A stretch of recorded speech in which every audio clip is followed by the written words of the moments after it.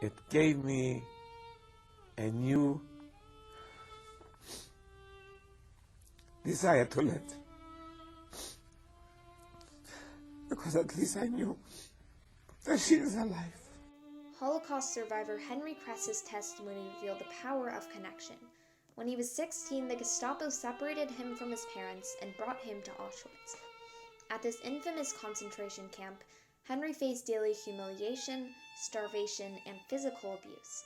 Despite all of this, Henry managed to sustain the will to survive through his connection with his sister Esther. Henry shared how he would stuff slices of bread in his shoes to bring them to his sister. No matter how hungry he was or how risky his actions were, Henry continued to help his sister. Henry also shared a memory of passing notes to his sister in secret. Although these notes only had a few words scratched onto them, the notes were tangible proof that they were both still alive and that they still had each other.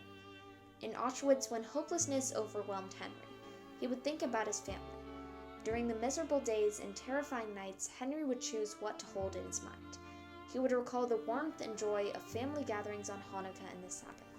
Daydreaming about better days didn't erase the horror of Auschwitz, but thinking of his sister and the rest of his family helped him envision a happier future. Although this pandemic is vastly different from the Holocaust, the burden of isolation that many of us feel has created pessimism and despair. What many of us miss are the daily connections to our friends at school or colleagues at work. When we feel alone, we can remember how Henry remained connected during the Holocaust. Sometimes we can't change the external conditions that limit or frighten us, but we can choose our response. Henry risked everything to remain connected to his sister, the surviving member of his family. In our own lives, we can rely on our family, friends, and neighbors to help us through challenging times. Although physical connection is not possible, we have found new ways to connect, through phone calls, emails, and written communication.